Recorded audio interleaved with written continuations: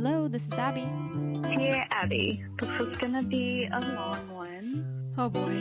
Dear Abby, how do you tell the difference between a new exciting crush and a rebound? Does it matter? Dear Abby. Dear Abby. Dear Abby. Welcome to our little corner of the internet. This is the Dear Abby podcast. I hope you stay and hang out with us. See you in a sec.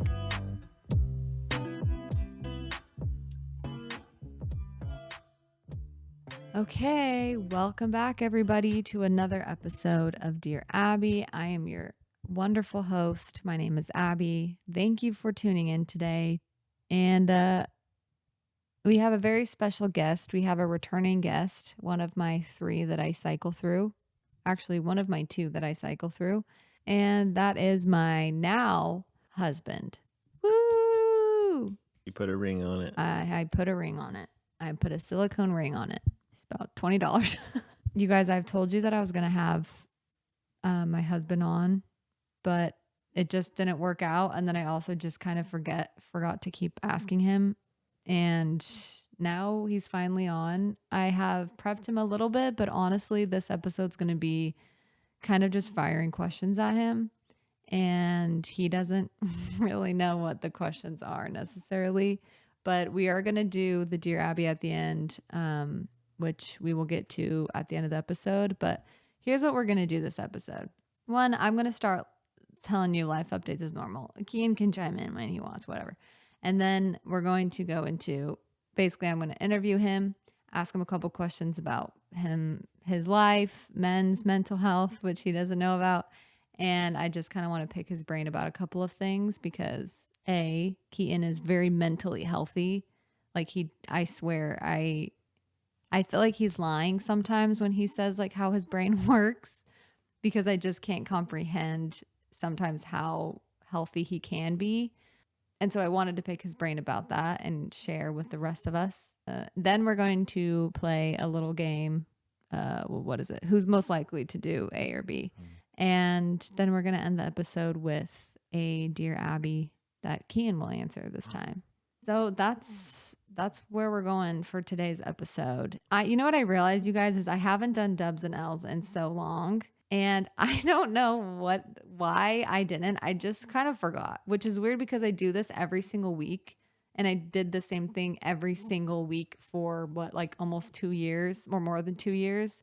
And for the past couple of weeks, I've just forgotten to do dubs and L's. So we're going to do dubs and L's today. I really don't have that many L's. I really just have dubs. You know, Keaton has so many L's. He took so many L's this week. I probably did. Let me think while you share yours. So my dub, one of my dubs, I'll just share one, okay? One of my dubs for this week is that I have been on top of my routine. Okay, I talked about this maybe 2 weeks ago or something, how I've actually been so disciplined and I am kind of killing it in a lot of areas in my life right now. And it feels really good. You know, I don't know how long it'll last, but it is discipline. So I guess that's technically my choice. But sometimes it's not fun to be disciplined. Sometimes it's just fun to not do the stuff you need to do. Just kidding. I'm kind of not kidding, but I have been very disciplined with my routine and running, going to the gym, all of that. It just also feels good to just do the things that I don't really want to do sometimes and just know that I can commit to something because that just gives me more confidence. And so that's been a dub for me. Yeah, I don't have any else. I'm not sharing any else. Just dubs. Just dubs for this week. And you know what? Sometimes it's freaking okay to just have dubs. Okay? Life doesn't have to be that hard every day. Sometimes life can just be pretty good, pretty easy. My life was hard today. Sometimes. Okay. Womp womp. Here comes Eeyore over here. I'll pick up your slack with the L's. What are your L's? Just one. You've been on the discipline train. I've been off the discipline train. At least today. I didn't work at all today. What? Okay. It's just. Is it? Because this is your L, so you feel some type of a way. Well, I work. That's fine. No, it's fine. I worked all day, about 9-hour shift. Get home doing the podcast. But hey, yeah. You did not work 9 hours. You worked 8 hours. Oh my gosh! And how many hours did you work? Probably 15 minutes today. Yeah. So it looks like we're not getting our land. We're not buying a house, baby. It's one day. Good And here's the job. thing. Woo. I work for the past few Work, years. work. I worked. Excuse me. Fake yawn. I don't like it here. For the past few years, I've worked weekends. I've worked Monday through Sunday. So I deserve a. Mondays used to be my slow days, is the thing. That's when I'd go out of town for the day, go camping, or I'd sit around and do nothing all day. Mm-hmm. But today I got up. I went to therapy, physical therapy. I went to boy therapy, not girl therapy. Oh my gosh, that's you know it, and that's some of the questions I have for you. So we'll get to that. Great. I know nothing about all that.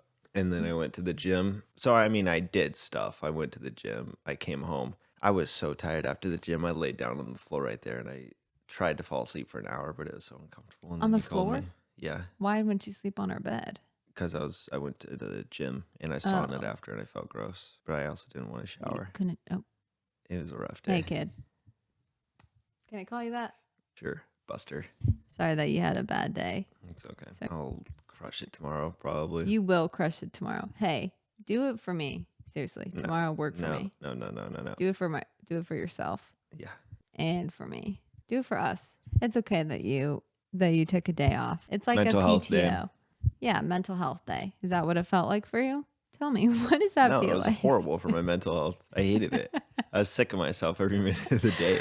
I've been thinking about this for a while in regards to men versus women and how they feel mentally better, because I don't know how similar it is or if it's super different, which is something that I wanted to ask you eventually. But I feel like because we're already talking about it, maybe we just jump on in. It's just interesting because for girls, we feel, I mean, Chelsea's talked about this. She probably read a book or saw a reel or something about it, but she was talking about how women, obviously we have our cycle. So it's like a 4-week cycle. We feel different in every single stage of the cycle. Like sometimes this is what me and a friend were talking about is at work, like a normal corporate 9 to 5 type of a job. Actually, I don't know if that's normal, but more normal. I feel like 9 to 5 is pretty normal. But sometimes in certain parts of my cycle, I love my job and I love the fact that I'm getting there.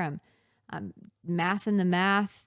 I'm putting things together. I'm figuring things out. Not shockingly, that's when I have more testosterone in my system. And I feel like I can crush it. And I'm like, oh my gosh, I did so much today. I figured so much out. My brain was like firing. And then the rest of the cycle, I don't enjoy it because I'm like, I want to do something different. I want to impact the world. I want to do all of these different things. Anyways, and for men, correct me if I'm wrong, do you feel like you reset every single day and it just feels good to get stuff done every day? Yeah. Like it's like at the end of the day, what makes you feel like you accomplished a lot? That was a question. Oh, just like how many boxes I checked, basically. Yeah. Like I stick That's to a crazy. calendar every day, usually the day before I fill out my calendar for the next day.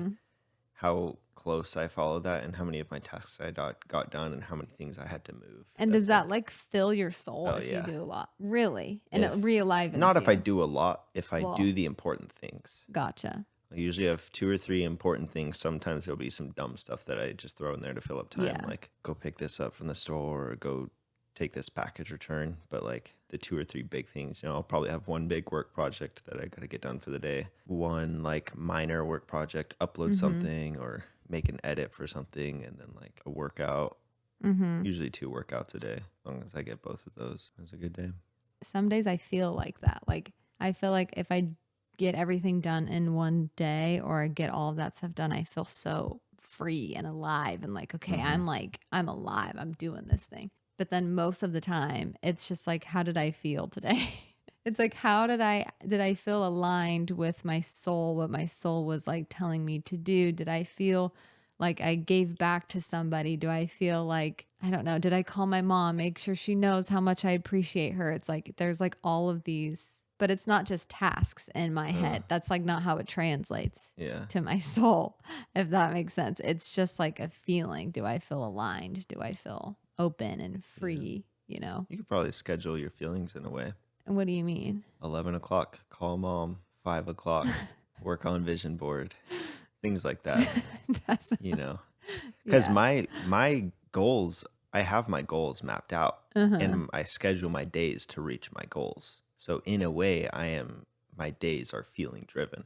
I want to Yeah. reach a certain goal. And I know that by taking on daily tasks, those are just the little pieces that will get me to where I want to go. Yeah. And that's what, on top of the regular benefits of just being a disciplined person, like that gives you a lot of satisfaction and happiness. That's why people say start with making your bed, all of that stuff. Those little daily wins, they all stack and you have a good day. There's just lots of benefits to all of that. And Yeah. it just compounds, and then at the end of the day, you're like, yeah, I just crushed that day. Yeah, I think that's something that I didn't think that I needed any structure or discipline.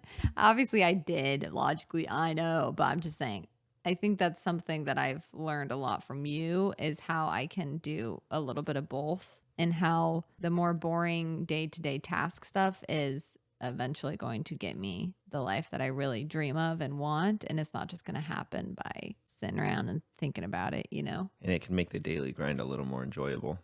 Yeah. Like I really love like scrappy, grindy days with scrappy saving is one of my favorite like lifestyles to live. Like when I was like from 18 to like 21, I was in like total grind mode. I was working construction. I was investing every dollar. I was living with my parents. I wasn't hanging out with anyone. I was just like in total grind mode because I had this goal. I was like, I'm going to invest all this freaking money. And I just had this plan. And it was just like, you know, to most people that sounds so horrible, but I had this goal and it made every day feel like so fun because I was like, oh, like another level down. I'm making progress, even though the day to day, getting up at 4 a.m, going and working construction, coming home at freaking 6 o'clock, going to the gym for an hour, then like doing nothing sounds so horrible, but it was so enjoyable. Like that was like one of my most enjoyable times of life because I was working so hard towards a goal and I eventually reached it. Yeah, I feel like it is just kind of the belief system behind it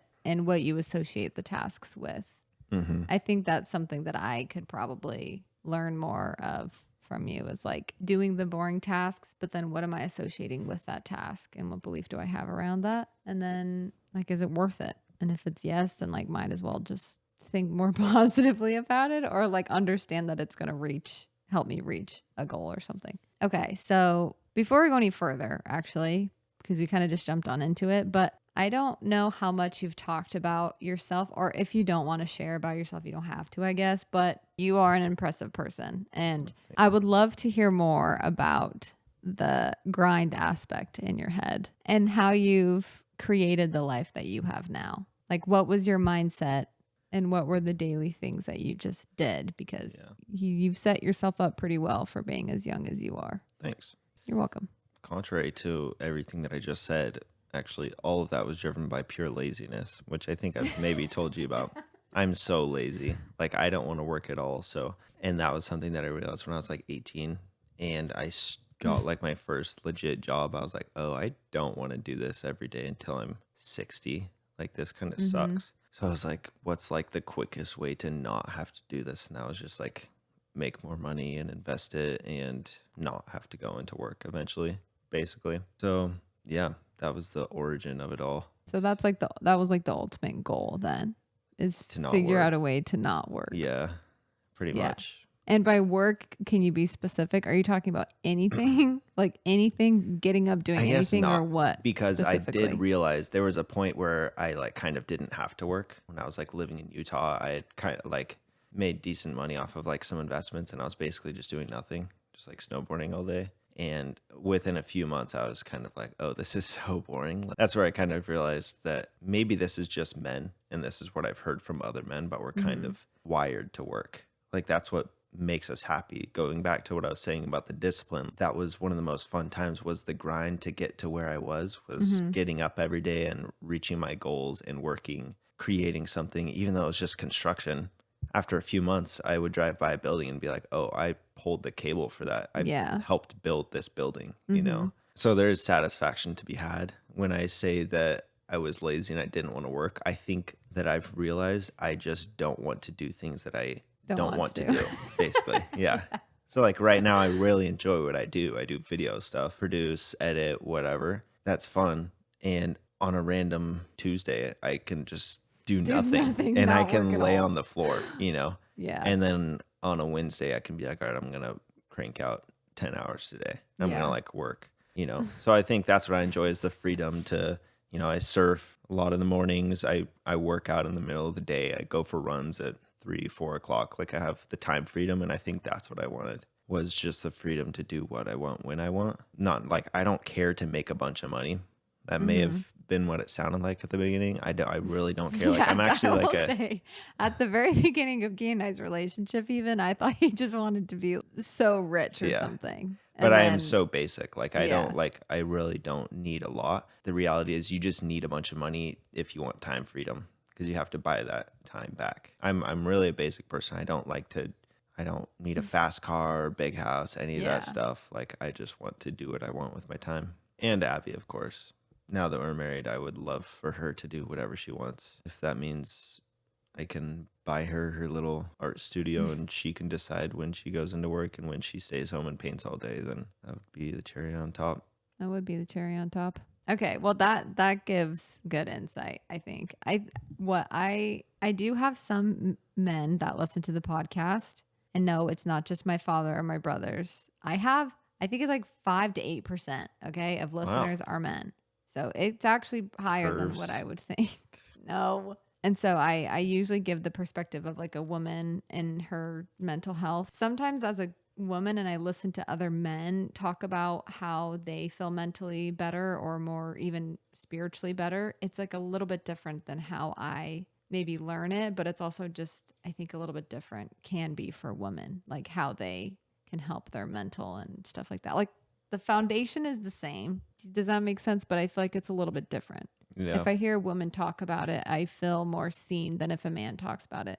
Yeah. And vice versa. Like I'm sure when I talk about some things, some guys are like, some of it applies to them, but sometimes it's like, but that's just not really what's helpful to me sometimes. Do you feel like when you hear the grind mindset, but as a guy, does that stuff help you? And like, what type of grind mindset or like the masculine, like, you know, like the classic thing that you would see on a podcast or something of like grind mentality, like wake up at 4, basically kind of what you were saying. Yeah. Are there aspects of that actually really help your mental health and like you? It's so hard to put into words because I don't know much about mental health at all. But yes, there is something about saying, I'm going to get up at 4 tomorrow just to get up at 4 and doing it and then waking up and standing up and being like, okay, I did that.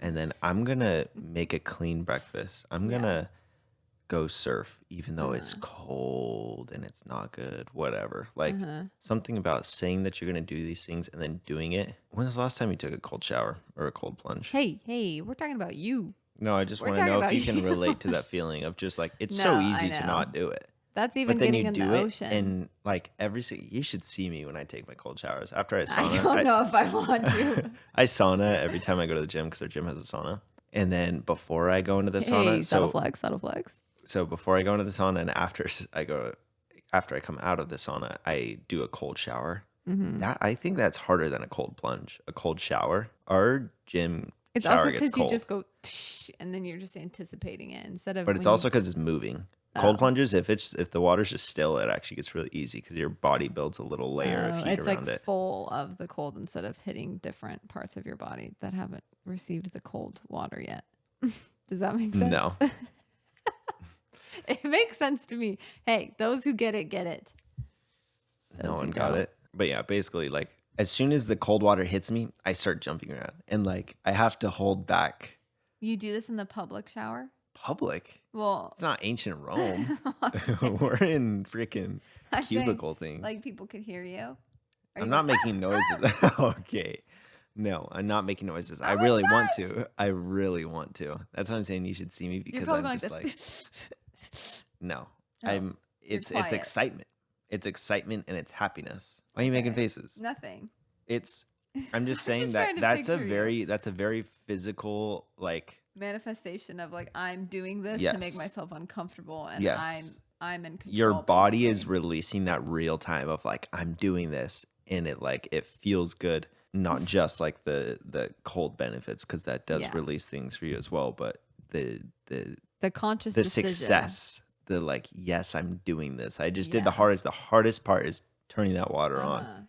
and then it hits you and you're like, oh, yes. And then you feel good to go for the rest of the day. Something about Keaton is he loves to listen to not like toxic. There's like weird podcasts that sometimes are teetering a little bit. Like Andrew Tate type stuff. Yeah, like it's a little bit okay. But Keaton likes the patriotic, godly, good, just a good guy podcast that like just want to do the right thing. They want to protect people that they love. They want to provide. They want to figure out a way to live the life that they want to live. And that's one of my favorite things about Keaton. Because he actually lives it. Like he doesn't just listen. He tries to actually incorporate what he learns into his life. And I can see that. Okay, so that's a little bit about Keaton's background. So now we're going to do more. We're going to get out of the mental health realm because we just jumped on in. And then now let's talk about me and us. Us as in women? No, us as in me and you. Oh. Our relationship. Okay, so I've talked on this podcast a lot about our relationship. Gotcha. I mean, you know that, right? You listen sometimes. Yeah. Do you listen to my podcast? Sometimes. You listen sometimes. I don't really share that much about you specifically, but I do talk about like my internal struggles with just relationships in general. Anyways, but it's always from my perspective. And so you know, I'm not sharing our fights. I'm not sharing fight. all the We're details perfect. of our life. It's more so on the just kind of the things that I struggle with internally. Yeah. And normal relationship stuff that happens. How interesting would it be? Couples arguments would look very different if they were recorded and put out.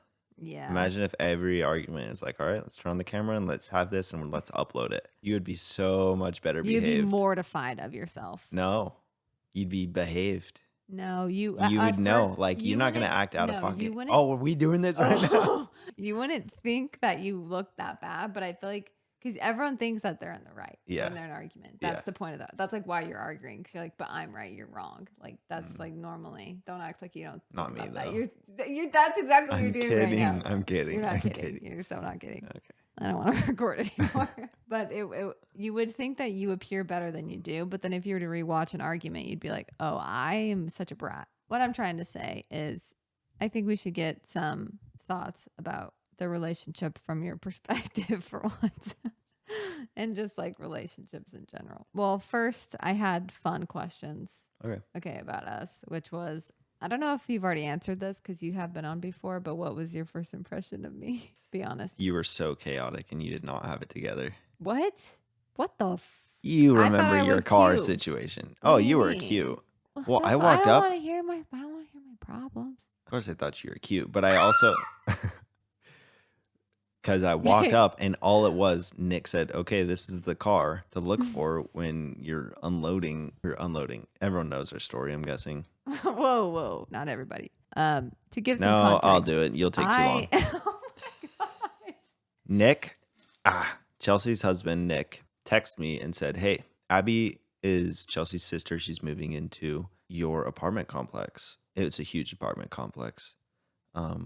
So she wasn't anywhere near me, but honestly, You're it's taking kind of too crazy how long. big it was because it was like a 7-minute walk from my door to yours. Yeah, so I show up that day to help unload her stuff. And he was like, this is the car to look for. So I walk over through the parking lot. I find the car. I walk up and it's chaotic. It's filled to the brim with stuff. There's some stuff tied down onto the roof. The worst tie down job I've ever seen in my life. And there's a dog in the seat we just made barking, just going crazy. Feral. And He's not so yeah, feral. that He was wasn't my mean. he was going crazy. He's not, but your feral sounds like he's like snarling at you. He's a nice dog. If he was let out, he probably would have killed me. He was let out. So that was my first impression. And then of course I saw you and I thought you were cute and all that, but I was warned by Leif and JC to not attempt anything so that the friend group wouldn't have awkwardness in it. Because they thought I would reject you. No, they thought since I was such a player that I would play you and then you would hate me. Kian, What? don't say you were a player. You're sick. Okay, cool. So I thought it was going to be a cute first impression, but I was chaotic. Okay, but I still gotcha. Hey, you know what? That just shows I can still get them. Even if I I'm hate this. severely depressed and I have no idea how to pack a car. You're like this every week though, aren't you? Yeah, I am. I don't get why 98% of people listen when they could watch, and it's just so hilarious. Thank you. You're welcome. Why couldn't that have been the first impression? Because that wasn't. If you did something funny, that would have been the first impression. I probably did. Okay, next thing that I wanted to ask was, what was your favorite part of our wedding? Don't say that, you big old sicko. Okay. Probably, I think like mocktail hour was my favorite. Cocktail hour, for anyone who didn't understand. Just because that was like all of the nervous tension was gone. Just the jitters of like being up in front of everyone and doing that whole thing. And then, so that was over and we were just taking pictures and the drinks were so good and Yeah, all of that. nice. Yeah, that was just really laid back and fun to just talk with everyone. And Yeah, a lot of my family we didn't even see, and your family I didn't see all week, but they were there like multiple days before, and I just was so focused on wedding stuff that I didn't see my family until basically the day of, actually. And during the mocktail hours, the only time I really talked to them. have you heard this thing where I'm quoting a guy named Graham Stephan? He's like a finance YouTuber, but he's notorious for being cheap, like with everything. And people were asking like how much he spent on his wedding, and he was basically justifying like overspending on a wedding. But he was saying weddings are the only time in your life that everyone that loves you will be together at the same place at the same time, except for your funeral. When you really think about it, all the people that love you, when will that ever happen again? We're Yeah. never going to get our whole families together. Yeah, both sides, Like that. everyone. Yeah, it's really the only time of your life. Yeah. So that does make them very special. So many people that love you are there. I don't know if you've heard that before. Maybe that's a common I saying. think I have heard. I think you've actually told me that before. I just heard it like 3 days ago for the first time. I think you've told me that before. I did tell you that. Yes, master. Good job. What's a piece of advice you would give to somebody whose partner is struggling with their mental health? Specifically, just pick OCD. Like, what's something that you've learned? Maybe this will sound like completely obvious to some people, but like take everything that the person is saying as like truth and put yourself in their shoes. Like if you're saying that you're very anxious right now and you feel like alone or whatever, like even if you're with your family at your family's house, like maybe it doesn't make sense in my head, but if I just take what you're saying as fact, like you're saying, okay, she's lonely, she feels scared, whatever, what can I do to like help in that moment to like alleviate that or whatever? Because sometimes that might just be me that like that wouldn't click. At least at the very beginning, I would be really confused. Like when you would say things like, even just like that, like I'd be like, that doesn't really make sense. Like I don't really know what to do. I'm right here. Like you're not alone. So yeah, just take what that partner is saying for a fact and don't try and like disprove or any of that. I don't know if that makes sense. I think that makes sense. And if you don't understand it, then it's hard to validate or be able to help. But if you kind of take it as like, okay, that's actually what they feel. They're not lying, A, and B, they're not like making it up. Like that is, for whatever reason, that is how they're feeling. Invalidating, I like that you said that. That would be step 2. Step 1 is taking it for a fact, and step 2 is reiterating to them, okay, I see that you are X, Y, Feeling and Z. this, yeah. Yeah. And then possibly a step 3 being like, what can I do for you? Is there anything that you need? Do you just want space? Do you want me to give you a hug? You want to talk? Whatever. That was something that I did wrong at the very beginning, was as soon as you would say something, I would try and fix it. I would immediately try and like solve whatever the problem is. That's such a common thing in relationships that people have to figure out, men and women, because it's just different. That's a good one. Thanks. I think that's a good one. And I think that could go for even if it's not mental health related, just in general, like whatever your partner is saying that they feel, even if it doesn't make sense to you, that's how they feel, and don't rip that away, because that's like pretty damaging to do to somebody. Okay, the last question that I have about this is, because you are very mentally strong, and I don't think you're perfect, because nobody's like mentally perfect. You know what I mean? Like you have days, everyone has days, and circumstances happen and you could get more anxious and stuff. Like I've seen you anxious and everything like that. But what's something that maybe you misunderstood about people who struggle with mental health, as someone who hasn't maybe struggled with the same types of things, that you now see it differently. Maybe that, Or that you judged people for that now you don't see it the same way. yeah, maybe that even if you are doing everything right, sometimes you're still going to struggle. Like I always harp on like the basics. Get up out of bed when your alarm goes off, eat clean food, work out, and work, have a purpose every day. Just because that works for me and that fulfills me and I will have a good day if I do all of those things, it doesn't mean that other people are like that will fix everything for them, Like that's my bread and butter for good mental health. Someone with severe anxiety, it's gonna take months of that possibly to like even see a difference. Yeah. And adding like different tools, because some people might get more anxious at work. Like it's hard for them to focus and stuff. So there's like different tools, but yeah. Yeah, that is definitely one thing that you taught me. I just thought if you do this, you're good to go. Yeah. I know. And you know what? I talk about this on my podcast, but it can feel very invalidating sometimes when somebody doesn't understand. But the more you kind of go on this journey of learning about yourself, learning about mental health, you start to understand that not everybody's going to understand you and your needs, and that's not their responsibility. That's like your responsibility. Like no one else is responsible for figuring out what I need. That's on me. And so I don't have any ill feelings towards people that don't understand or say things maybe wrong about mental health. Yeah. But when somebody does see people that struggle and they are able to identify that we're not just like lazy, not doing anything right type of people, it is very helpful, I think, to kind of squash stigmas. It is hard because I feel like a lot of stuff on social media is very oversaturated with people saying that they struggle with mental health, but then they're also not doing anything to help themselves. And then I think that's why people get confused and they're like, well, why don't you just like, I don't know, do good stuff for yourself? And then that's where people who are really struggling and who are trying and they just have something chemically off or whatever it is, that's when they get lost in the shuffle and that's when it's damaging. But it's just complex. Like it's confusing. It's so different for each person. That's just why that's a good starting point, I think, is just starting with those basics. Because there's so many people that probably think that they have anxiety, but they wake up at 10, check TikTok for 2 hours, and then have Doritos for breakfast. Yeah. Like you're not doing yourself any favors with that. Start with like the basic stuff, give it a couple months.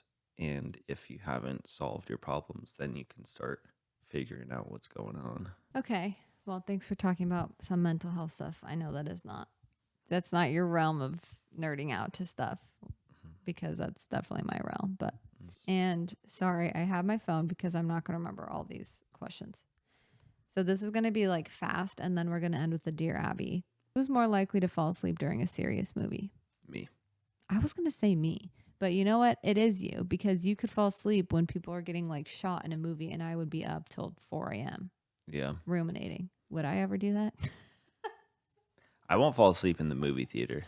That is one thing, but we've watched the Lord of the Rings and the Hobbit movies, and I think I fell asleep after everyone, or towards the end of everyone. Yeah, you would. Because I've seen them all. And you also, one time you turned on, I don't know what movie it was. It was like a substance dealer movie. There was just horrifying, and it was gross and scary, and he fell asleep like 20 minutes into the movie, and I was just awake, couldn't fall asleep, and for some reason I didn't change it. I guess I just could have changed it. Yeah, you could have. And then eventually he just like was like, oh, I woke him up near the end of the movie, and he was like, oh, I'm just going to go to the bed and go to sleep. I was like, well, now I have to watch a cute movie before I go to bed, so I went to bed at like 3 a.m. Okay, long answer. Who's most likely to leave a party without saying goodbye? Me. What? That's me. Hey, they can't all be you. Actually, no, that's true. That's true. I say bye to everyone. You say bye. You are. And it takes forever. Even if you feel like you want to just leave and you don't want to say goodbye, you're good at saying goodbye. I just like sometimes can't even get myself to go up and say bye. And if I do, I just feel so awkward. I feel like I hold you up a lot, like especially if we're at the gym. Yeah, you do. And I say bye to like 4 friends and they each talk for 10 minutes. That's okay. That is. Bless their hearts. Bless your heart. Your little yappy little heart. Who's most likely to plan a surprise date? You. Yeah. When's the last date you planned? Honestly, that's a good question. I really don't plan that many dates, do I? Does that hurt your feelings? Not really, because they'd probably be bad. Why would they be bad? I think the reason why I don't is because I'm scared that you're not going to enjoy it. You're not scared that I won't enjoy it. You know you're going to plan a bad date. What do you mean? I don't know. See, I don't know what a bad date is. Buy a sticker pack from Dollar Tree and put stickers on each other. That doesn't sound fun to me. That sounds stupid. That does not sound fun. No, I should plan more dates. Yeah. Okay. Who's most likely to trip over nothing? You. I'd say Absolutely you. You have the weakest ankles on the planet. You. Okay. That's a low shot. I have the strongest ankles on the planet. You know what happened to my ankle. Yeah. You were there. Weak ankles. So bad coordination. Bad husband. Didn't catch me when I needed him most. Falls 20 feet and expects me to catch you. Well, you could have. You had plenty of time because I fell for a long time. That was pretty, honestly, looking back, now that you're healed, pretty funny. Basically, I was at a climbing gym. We don't need to go over it, honestly. People don't know every story. It'll be really fast. I'll tell it because I'm quicker. No, you're not. You put random details that you didn't have to put in the last story you told. We went to a climbing gym. I climbed too high, slipped, fell 20 feet, ripped something in my ankle. I don't really know exactly what happened. Didn't get x-rays, just it was really swollen and bad. Yeah, so I probably would trip over nothing more than you. I'm a little bit more, I don't like the word clumsy. I just talked about that last week. I'm a little bit more, I trip more. Yeah. I am more fun. I'm more exciting. I'm more spontaneous with your movements. That's with a nice my way to put it. movements. Yeah, that is a nice way to move. That's a nice way to say that. Who's most likely to forget where they parked? You. That's actually pretty even. You don't drive enough. Here's the thing. I also track everything. I have air tags hidden in every one of my possessions. Now everybody knows that. It's a dumb thing to say on a podcast. They won't be able to find it. Good luck. I've torn my truck apart already and hidden trackers. And well, now everything. They know that they have to tear your car apart. Stop giving them stuff to do. Honestly, Abby's right about that. Just don't steal from me. So who's more likely to forget? Probably me. That's probably why I need trackers and everything. That's probably why I need trackers. Who's most likely to laugh at their own joke? Me. Both. I think we both do this. Yeah, that's true. But you have more of a loud laugh. I do. And I say that with love and adoration for your sweet laugh. But sometimes it doesn't sound sweet. I made a fake fart sound today alone in the bathroom and laughed at it. Okay. See. I did this. And just started laughing. Yeah. Kian gives a little bit crazy energy sometimes. Like talking to himself, laughing to himself. To the point where I'm a little bit concerned. What? That you need to work with If you can't have people. fun with yourself, who can you have fun with? Seriously? Okay. There you go, laughing at your own jokes. I sometimes laugh at my own jokes, but honestly, no, I don't. You mostly laugh at my jokes. I don't even laugh at your jokes. Yeah, I mostly laugh at my jokes if I watch myself back. Sometimes when I'm editing, I think I'm pretty funny. You won't laugh at that. No, I won't laugh at that. I'll cringe. I either laugh or I want to freaking quit the podcast every time I edit. Who's most likely to make a situation awkward on accident? Me. Yeah. Definitely Actually, me. you know what? I'll say something. You'll say something a little bit. You'll cross the line. Yeah. You'll say something about divorce to somebody who's been divorced, and then it's a little bit awkward. That's all the questions that I had. Nice. For you. But hold on. There's more. We have our Dear Abby. Dear Abby, I would love to know if you have advice on or insight on getting married after being divorced, but on Keaton's side. I'm engaged right now and my fiance has been married and divorced, but I have not been married. Sometimes it's hard to think about the fact that he's done all of this stuff before with someone else, but it's the first time for me. Is there anything you did to reassure Keaton if he had any concerns or anything either of you have done to kind of move past the first marriage? Thanks and love the podcast. I'll answer my part of the question first, which is there anything you did to reassure Kian if he had any concerns or anything either of you had done to kind of move past? I don't know if I feel like I've had to reassure you sometimes, but not because you've like desperately needed it. I think I could just, if I put myself in your shoes and I was getting married to somebody who had been married before, it would obviously be a concerning thing, even if it's not like, I just would know that I would be a little bit anxious or concerned, or, you know, are they taking this seriously? Stuff like that. I think it would just not necessarily things that you would say, because that doesn't mean much. I'm big on words don't matter that Actions. much, like your actions. Which is So kind as of long opposite as for me. you are behaving in a way that shows that you are mature and ready for another relationship, then there's nothing wrong with dating someone who's been in 5 relationships, has Mhm. 5 ex. For him, that would be 5 ex-girlfriends. You probably didn't care when you started dating. The only difference is that there's a legal contract now with it. It doesn't really make it any less special for either of you. It's still going to be the new best day of his life. Yeah, it doesn't take away the specialness of the day. Like, it's still, as far as he is concerned. I think as far as advice goes, that's a good starting point, is to put yourself in his shoes for a second. As somebody who has been divorced and who got married, it's not a light decision. It wasn't like a quick decision for me to want to get married again. It comes with a lot of fear and a lot of heaviness that I'm sure is similar to the one that you have, and the fears that you have getting into a marriage. I think it's more similar than you would think, the fears and the anxiety.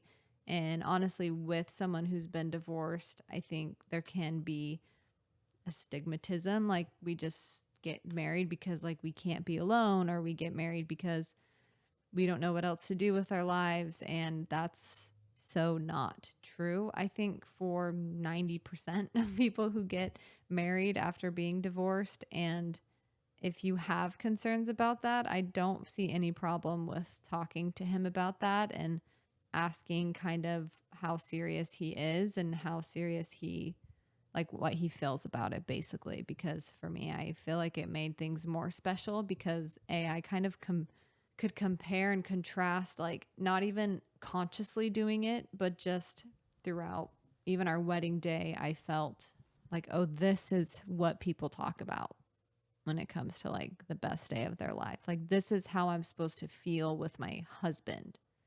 Like, this is my husband. And I think there's still a lot of stuff kind of maybe subconsciously that it might take longer for him to get over, or longer for him to like let go of. But I don't think there's any concern.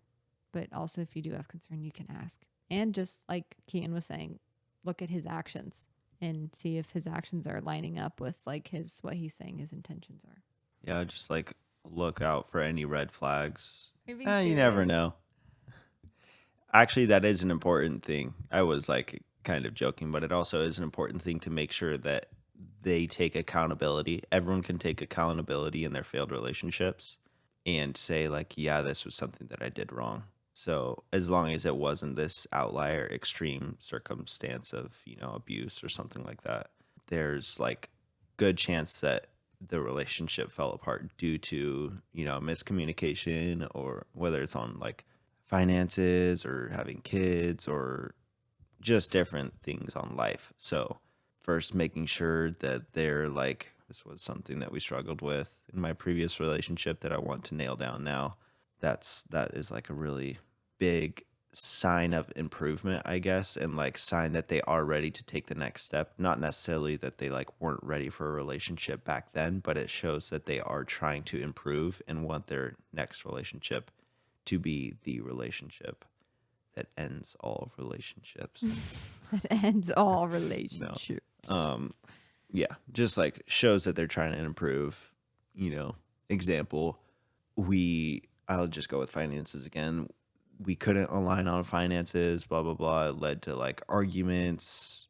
He kept a hidden bank account, and then I was running up credit cards, whatever. Like, by showing that you're willing to communicate about your finances now, and like you become financially literate, that shows that you have learned from a mistake in a previous relationship and you're ready to like move forward and make progress and like be a better partner.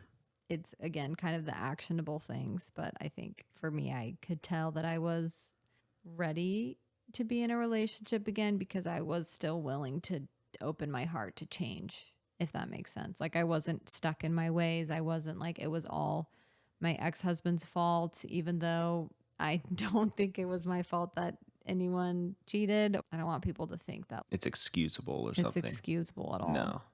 Because it's not, and it doesn't matter what I would have done. That's still somebody else's choice. I was poor, but there's things you've pulled from the relationship and said, but not attaching to like the infidelity at all, but completely separate to it. There was still things that I took from the relationship.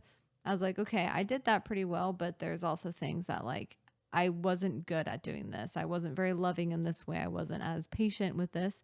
And I think if he's acknowledging that kind of stuff and he's clearly working on it, then that's kind of all you can do, And then maybe another thing would be realizing that literally nobody cares about if someone's been divorced. Nobody cares. Lots of people get divorced. Doesn't really, nobody cares. I think the only people who would make fun of someone or like poke at it, or not make fun of, but like be like, oh, they're divorced and getting remarried again. Like those are just like lonely, sad people. Like nobody who's in a happy relationship looks at other relationships and like looks down at them. Tries to pick apart why it's not going to work. No. Yeah. Nobody cares. If someone is saying something bad about that, it says more about their lonely life than it does about yours at all. Yeah, to both points, it's okay if there's some worry that you have. It's not like you're a bad partner because you feel worried about your future with your new husband. I think it just shows that you care, and also that there's uncertainty, and every relationship is uncertain. Even if they've never been married before, it would still be just as uncertain. And so I wouldn't don't make yourself feel bad for feeling some type of way or being nervous about it. And but at the same time, you can kind of address those concerns and then kind of put them to rest, because it doesn't feel good to start off a relationship with a lot of doubts and fears, and those are inevitable, but it's a lot more enjoyable when you can slowly let those go and not run your relationship based on worries and fears of what ifs. And just trust your partner that he knows what he's doing. He knows why he's getting married again. He loves you. He's doing this totally on purpose, consciously.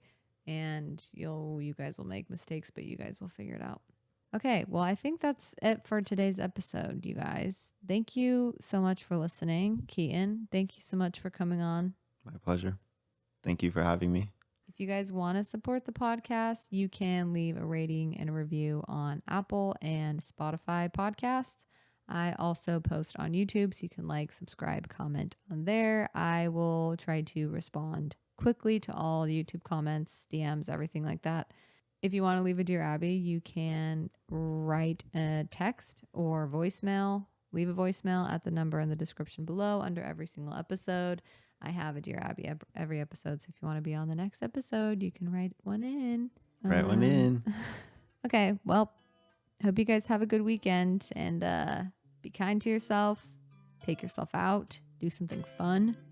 Love you. Bye. Bye. Wait, you do it. Nice. 우회전 taking a ride to Todayyy 눈치 보면서 들어가야 할 때 찾아 나머진 바빠 개설레임 바꾸는 사람들 시간만 지나가 자신감 가지고 해와 그냥 천천히 들어가야 해 어쩔 때는 무작정 들이밀기만 하지만 그런 거랑 차이